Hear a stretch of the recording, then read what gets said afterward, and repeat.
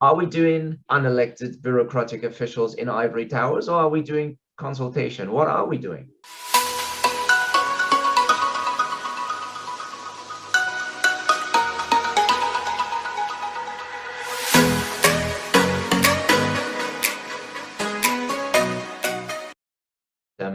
Because they always, no, not they, some say, these laws that the EU ivory tower makes are made by people that sit in offices and far away from the realities of everyday life. Now, what you describe here seems a little bit contrary to that, because it looks to me that there is quite substantive outreach. So are we doing, let's put it nasty, unelected bureaucratic officials in ivory towers, or are we doing consultation? What are we doing? Yeah, well, wherever you go in the world, whether it's Britain, America, the European Union, you need an executive to actually do the work on the ground. And that's what we're working with. There's also the political side of it as well. That's the Council of Ministers, and they take all the decisions at the end of the day. And I think this is, without getting involved in a purely EU-orientated discussion. I mean, these are the things which, again, it goes down to awareness and messaging that people, I think, don't fully understand. That it's not everyone, when you talk about Europe, I think, believes it's the European Commission. End of story. That's the European Union. It's the European Commission. It's not. It's just one of the institutions of the EU, and it's the executive. So it's got, as with the UK civil service, it's got executive functions that it fulfills. But at the end of the day, it is ministers, and it's more and more the Parliament, which are the ones which are taking the key decisions as to what should and can happen and how it should happen, and taking all those political decisions together. Sort of like in the same democratic way as anywhere else. And that's a really powerful statement, I think, and that is certainly my experience as well. If you have a good reason to speak to the Commission on a subject of policy or a subject of law, where the impact of a law is not as optimal as it's supposed to be, what you will find an open ear, and you will find an open door in the European Commission. Within the reasons of a normal administration, as you would do in any of Europe's capitals, right? If you have a good reason to contact and speak and discuss, you will find an open door. Yeah, that's right. I mean, the old days, the old image of the bureaucrat have changed quite a lot now.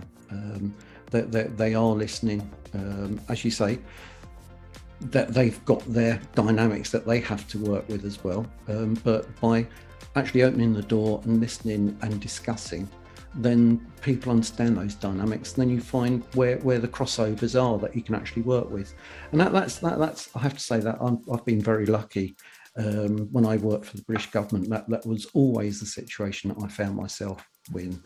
Open the door, sit down, talk, find out where the points were that we could work with, and people go away and everyone understands more clearly what the situation is, what the dynamics are, what are the possibilities that can and can't be achieved, or what kind of strategy people need to achieve something. So I think that's all power to everyone involved. We've got since I started, the word stakeholder has become a very well used word, and I think that very much explains what we're all about. Whether you're an official stakeholder, whether you're a business stakeholder, whether you're a consumer stakeholder, everyone's got a voice in this, and I think that people are being listened to more and more in all of this, in terms of legislation building, particularly in customs. Wow, that's really, really really a good summary of what we go through, or what we enjoy, I suppose, what we work with when we are in Brussels and we're invited to participate, which is a great honor and a great privilege. Yeah. Now, we got to get down to it though. Before we move away from the topic of the TCG, I have two more questions, if I may ask. And yeah, sure. Number one is what was, if you think back of your long career of being in the trade contact group, what was the one thing that you think, wow, that was pretty impressive? What was the best moment, I suppose, that you're willing to share of your work with the TCG? What stands out? Oh, well, there's several things really. Some of it's still ongoing, but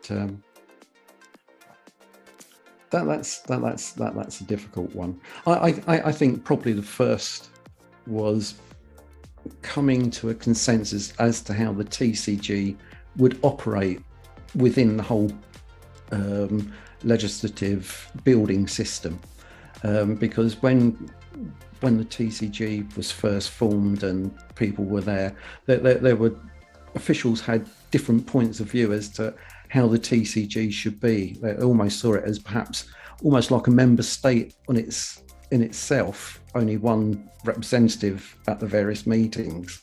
So the fact that officials listened to and understood the arguments, that was not possible, and the TCG members had to be there representing their particular industries, because each one was dynamically different. Sort of like the airline industry is different to ship charters, and the shipping industry, which was different to merchants, different to producers. So you couldn't just naturally have, like you do from a member state, just one representing that, because the dynamics are just too broad, too diverse. And I think the understanding that everyone had at the end of that process is really quite impressive, and certainly a really good platform, and something that we could build from with some of the initiatives that are in discussion at the moment. And the opposite question, what was the OMG moment that you experienced in the TCG where you said, what, this can't be right, this can't be possible, this can't be, I don't know what, let's spill the beans, let's give us a bit of juicy goss, come on. No. Yeah, sort of like, come on, what happens at the TCG stays at the TCG.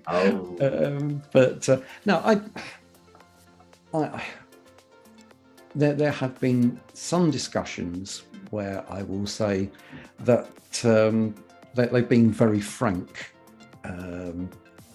And when we were approaching the security and safety introduction legislation, there were some particularly frank exchanges between all sides at the TCG.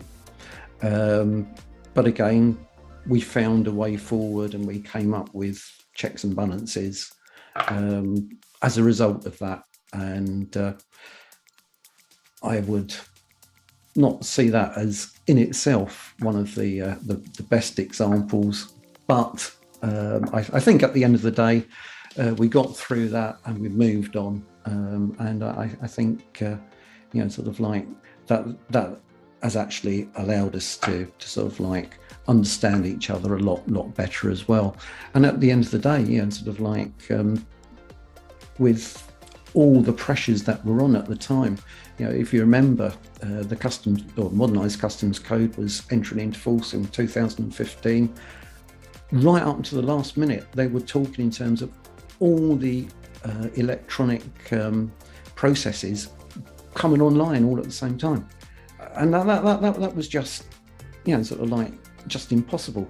And so there was the derogations that came into effect to actually phase different ones in at different stages, and we're pretty close to the end of that process. And I remember these discussions, and they were frank, as you rightly say. And at the same time, thank you for being frank. Thank you for laying out your position so clearly in an environment that is clearly trusted. And and in a format that can withstand a different opinion.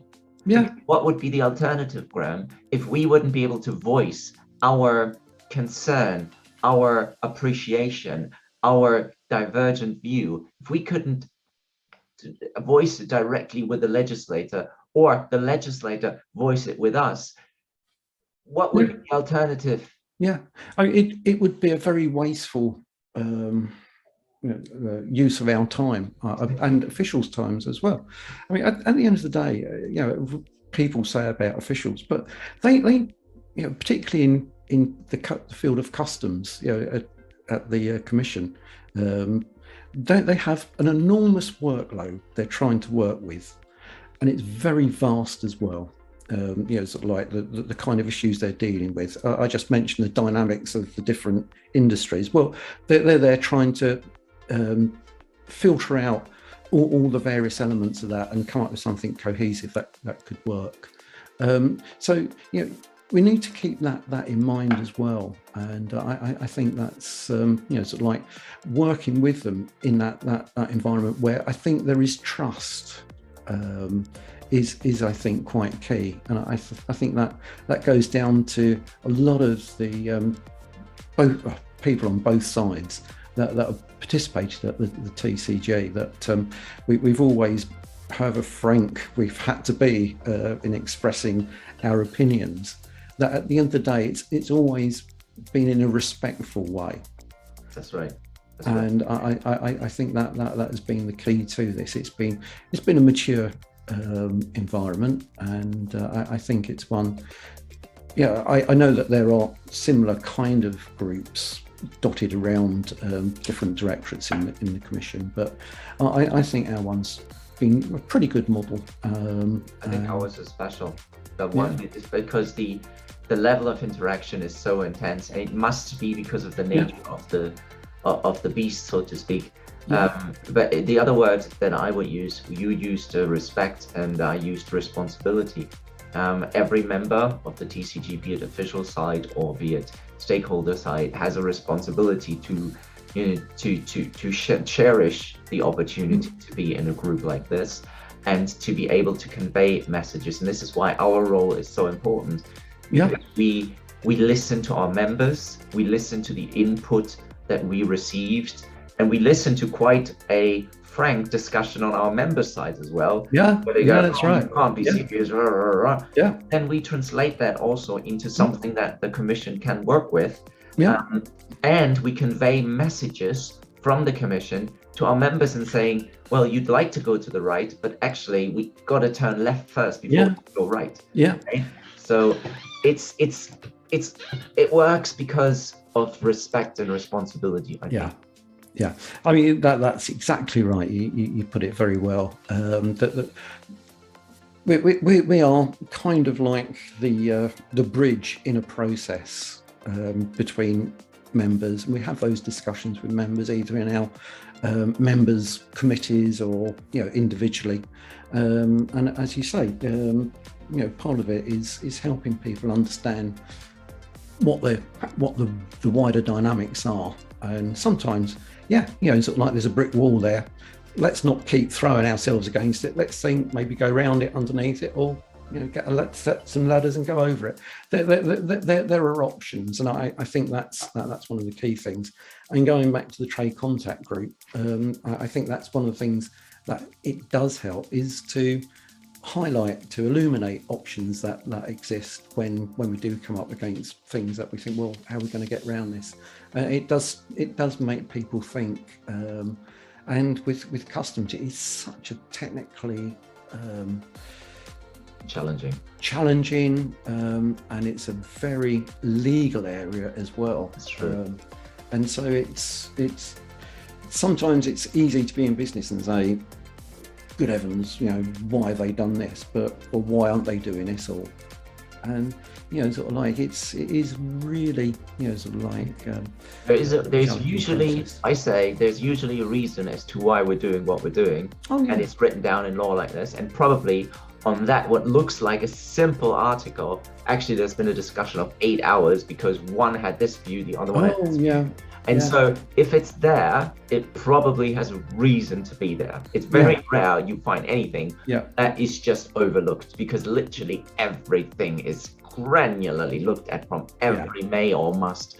Yeah. Anyway, Graham, I've been aware that we've been speaking for quite a while, but I can't let you go, obviously, without addressing the elephant in the room. You knew this was going to come. Okay. So tell me, what do you think about the B word? Brexit. How is it going as a Brit? You tell us.